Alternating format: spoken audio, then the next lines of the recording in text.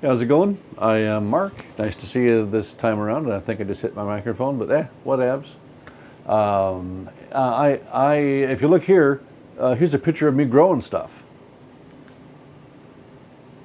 So just real quick this week, had a couple of people ask about the Perlite starts, and I'm pretty confident it's going to work really well. So this week I'm just going to show you how I'm doing the starts for my tomato plants, and I'll try to keep you updated on their progress and how they look as we go. But trust me, Perlite starts will work just fine. It's got this almost like the same consistency as a nice potting soil, and starts don't need nutrients right away. And even when they do, I will feed them some because I can do that. It's in a hydroponic tray. Yay! Basically, what I'm doing is pretending that perlite was dirt, and there's really not a whole lot more to it than that. I guess there is one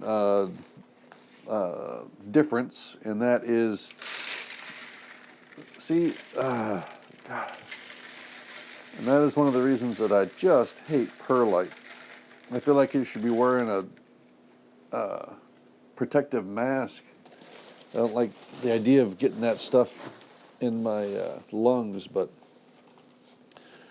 I can deal with it. So basically, the difference is fill up all your slots with the perlite, and then for now I've put this tray in a 10 by 20 tray. It has holes in it, and I'll show you why that is in just one second.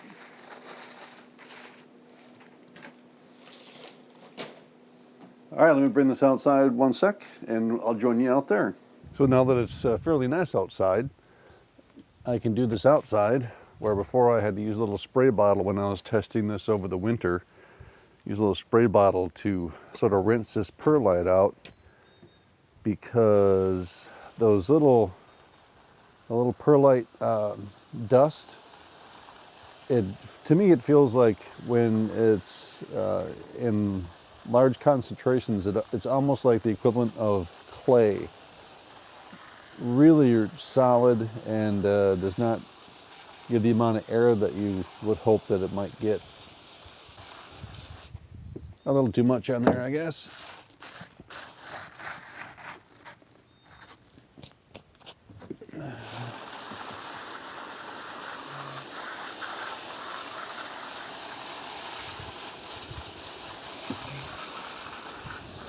All right, there we go.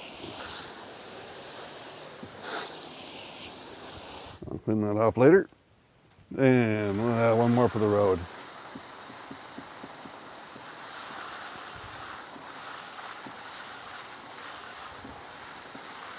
And I'll meet you back in the house.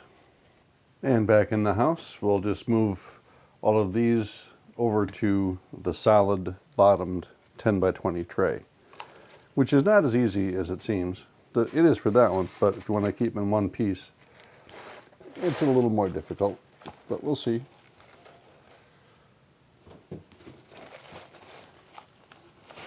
Wow, look at that. Almost like I knew what I was doing. Almost, not quite. And from here,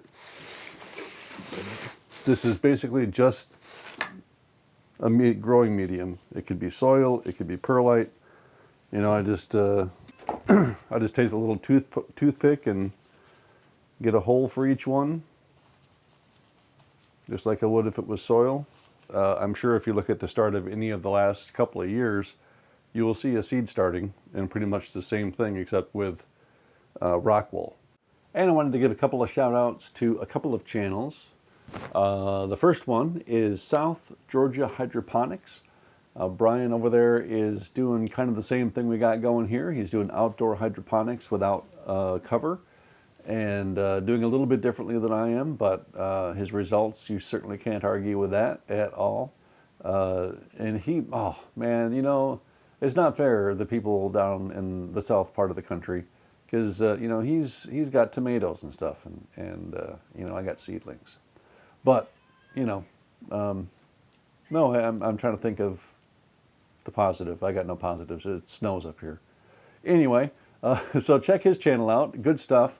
And also a brand new, well, he's got one video out, so your chance to get in on the ground floor. And man, this system is fantastic. I am so looking forward to seeing how it works out for him, because it is a lot of thought obviously went into this system, and hopefully you'll check it out. His name is, hang on, Greg Richardson, and that is the name of the channel as well. So check out both Brian at South Georgia Hydroponics and Greg at Greg Richardson. I'm sorry, Greg at the channel Greg Richardson. Check that. I'll put links down in the doobly-doo down there so you can check that out too. And yeah, great stuff. Go support all the other gardeners out there. Anyway, that's all I got for you this time around. Have a good week. See ya.